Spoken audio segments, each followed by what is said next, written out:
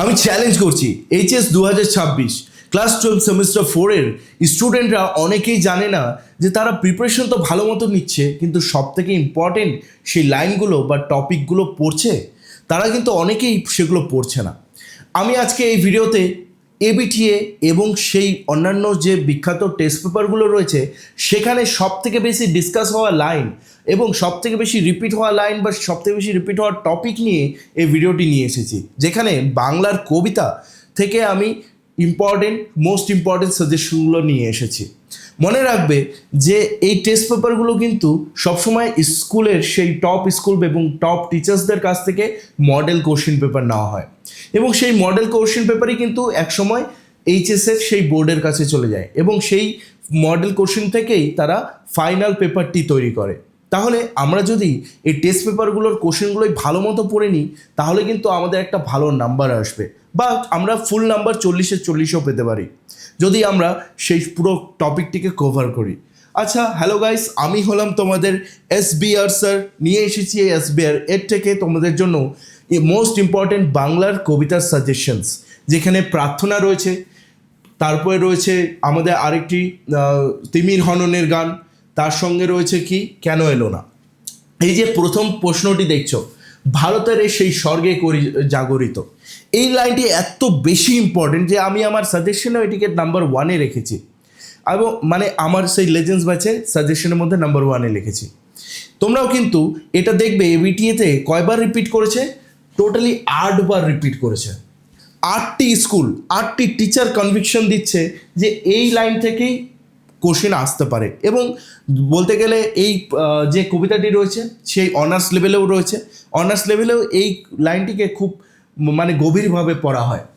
ভারতকে তিনি কিভাবে জাগরিত করবেন এটা নিয়ে কথা বলা হয়েছে, আর কি প্রার্থনার কথা বলা হয়েছে, রবীন্দ্রনাথ ঠাকুর কোন প্রার্থনা করেছেন, আর ভারতকে কেমনভাবে স্বর্গে জাগরিত করবেন সেটা বলেছেন। তাহলে এই কোশ্চেনটি কিন্তু খুবই ইম্পর্টেন্ট, এবিটিএতে পেয়ে যাচ্ছ তোমরা 8বার। মৃত্যুর পাশ কাটিয়ে বাবা এলো, ছেলে এলো না, ছেলে কেন এলো না। তারপর বাবা যে এই যে মৃত্যুর পাশ কাটিয়ে এলো, এই মৃত্যুর পাশ কাটিয়ে বলতে কি বোঝানো হয়েছে, ছেলে কিসের জন্য বাইরে গিয়েছিল, তারপর তার পরিণতি কি হলো। এই প্রশ্নটি খুবই ইম্পর্টেন্ট, এটা রিপিট করেছে টোটালি 8বার এপিডিএতে। তার মানে কেন এলো না এই কবিতা থেকে সব থেকে ইম্পর্টেন্ট এটা তুমি পেয়ে যাচ্ছ। তিমির হননের গান, তিমির হননের গানে প্রেক্ষাপট মানে তুমি বলতে গেলে এই যে কবিতাটি রয়েছে এটার মূল সারাংশটি কি, প্রেক্ষাপট, এবং তিমির বিলাসী মানে অন্ধকার যে ভালোবাসে, এবং তিমির বিনাশী মানে অন্ধকার যে ঘুচে দেয় মানে অন্ধকারকে যে ধ্বংস করে দেয়, এদের মধ্যে তফাৎটা কি, নামকরণ, এটা পড়তে হবে। এটা কতবার রিপিট করেছে, 7 থেকে 8বার। 7 থেকে 8বার এবিটিএতে রিপিট করেছে। শুধু তাই নয়, আমি রে অ্যান্ড মার্টিন প্রশ্নবিচিত্রা এবং অন্যান্য সেই ফেমাস যতগুলি টেস্ট পেপারগুলো রয়েছে সেগুলিও কিন্তু তোমাকে আমি এই বলে দেব।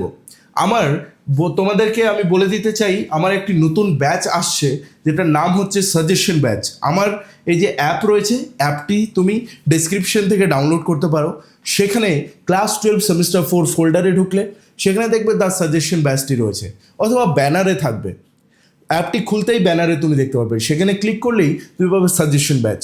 মাত্র 149 রাখা হয়েছে, যেখানে তুমি 149 টাকায় পেয়ে যাচ্ছ Bangla, English, geography, history, political science, philosophy, computer application, sociology, তারপরে নিউট্রিশন, যতগুলি আর্টসের সাবজেক্ট রয়েছে শুধুমাত্র সংস্কৃত ছেড়ে। তাই তোমাদেরকে বলছি এইটাতে জয়েন করতে পারো। সেখানে তোমাকে কিভাবে দেওয়া থাকবে আমি একটা ডেমো দেখিয়ে দিই।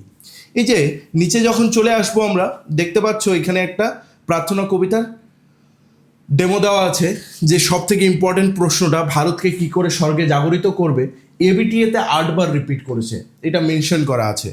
এমনকি বাকি টেস্ট পেপারগুলোতে এই কোশ্চেনটি কতবার রিপিট হয়েছে সেই নোটের মধ্যে লেখা থাকবে। তাহলে তোমাদের জন্য নোটগুলো ডাউনলোডও করতে পারবে, প্রিন্ট আউটও করতে পারবে, আর বুঝতেও পারবে কোনটা আগে পড়তে হবে, কোনটা একটু কম ইম্পর্টেন্ট, সব কিছুই তোমার হাতের মুঠোয় থাকবে। ক্লাস 12 সেমিস্টার 3-তে অনেক স্টুডেন্ট কিন্তু এখান থেকে হেল্প পেয়েছিল। তোমাদেরকে বলবো ক্লাস 12 সেমিস্টার 4-এও আমাদের কাছ থেকে এই ব্যাচে তুমি জয়েন করতে পারো, কারণ এইবার কিন্তু ভালো রেজাল্ট আনতেই হবে, না হলে তোমার পছন্দের কলেজে কিন্তু তুমি ঢুকতে পারবে না। নাম্বার কম এলে, মার্কস কম এলে, পার্সেন্টেজ কম এলে তোমার পছন্দের কলেজ তোমার কাছে কিন্তু তুমি সেখানে অ্যাডমিশন নিতে পারবে না। তাই তোমাকে বলছি অবশ্যই দ্য সাজেশন ব্যাচে জয়েন করো, সব থেকে ইম্পর্টেন্ট টপিকগুলো সবার আগে পড়ো এবং নিজের পড়াশোনাকে আরও হাইয়ার লেভেলে নিয়ে যাও। যারা 40-এ 40 পেতে চাচ্ছে তাদেরও আমি আমন্ত্রণ জানাচ্ছি, যারা এখনও অবধি কিছু পড়েনি তাদেরও আমি বলছি বাবা মায়ের মুখে হাসি আনার জন্য শুধুমাত্র তোমরা এই কটা দিন খাটো, এই সাজেশন ব্যাচের মধ্যে তোমরা পড়তে থাকো, তোমরা দেখবে তোমরা ভালো রেজাল্ট অবশ্যই করতে পারবে। এই সাজেশন ব্যাচটি কিন্তু এখন বাংলাটি দেওয়া হয়েছে, ইন ফিউচার খুব তাড়াতাড়ি মানে এই সপ্তাহের মধ্যে ইংলিশটিও অ্যাড করে দেওয়া হবে। এই নোটগুলি তুমি প্রিন্ট আউট করতে পারবে এবং অ্যান্সারও পাবে, কতবার রিপিট হয়েছে কোশ্চেনগুলো সেগুলিও লেখা থাকবে। এটা কিন্তু তোমাদের কাছে একটা বলতে গেলে রত্নের মতো, এটাকে মিস আউট করো না। তারপরে আমরা লাস্ট কোশ্চেনটি তখন মিস করলাম, লাস্ট কোশ্চেনটি দেখে নিই। এই যে প্রার্থনা কবিতা যে রয়েছে এটার সাধারণ ধারণা বলতে গেলে সারাংশ, নামকরণ এবং এটা যে একটা সনেট কবিতা 14 লাইনের কবিতা সেটা তুমি একটু যাচাই করে লেখো। সারাটা দিন ছেলের নেচে বেরিয়েছে, আচ্ছা এই কোশ্চেনটা কতবার এসেছে আমি মেনশন করে দিই। এই কোশ্চেনটা 4 থেকে 5 বার রিপিট হয়েছে, 4 থেকে 5, মানে হয় এটা রয়েছে, হয় এটা রয়েছে, নাহলে এটা রয়েছে, এরকম আছে, ঠিক আছে। এবার সারাটা দিন ছেলে নেচে নেচে বেরিয়েছে, ছেলেটা কেন এলো না, কেন সারাদিন নেচে বেরিয়েছে, কি আনন্দ ছিল, শেষ পর্যন্ত কি হলো ছেলেটার সাথে, এটা রিপিট করেছে 3 থেকে 4 বার। তাহলে তোমাদেরকে আমি আজকে বাংলা কবিতার সব ইম্পর্টেন্টগুলো দিয়ে দিলাম কোশ্চেনগুলো। এর যদি তোমাদের প্রিমিয়াম নোটস দরকার হয় এবং সহজ নোটস দরকার হয় তাহলে অবশ্যই সাজেশন ব্যাচে জয়েন করো, যেখানে তোমার 5টা সাবজেক্টের জন্য মাত্র 149 পড়ছে, মানে 150 টাকার মতো। একটা সাবজেক্ট তোমার 30 টাকা পড়ছে। শুধু তাই নয়, তুমি যে কোনো সাবজেক্টের পিডিএফগুলো সেখান থেকে ডাউনলোড করতে পারবে, তোমার বন্ধুদেরও হেল্প করতে পারবে এবং শেয়ারও করতে পারবে। See you soon guys.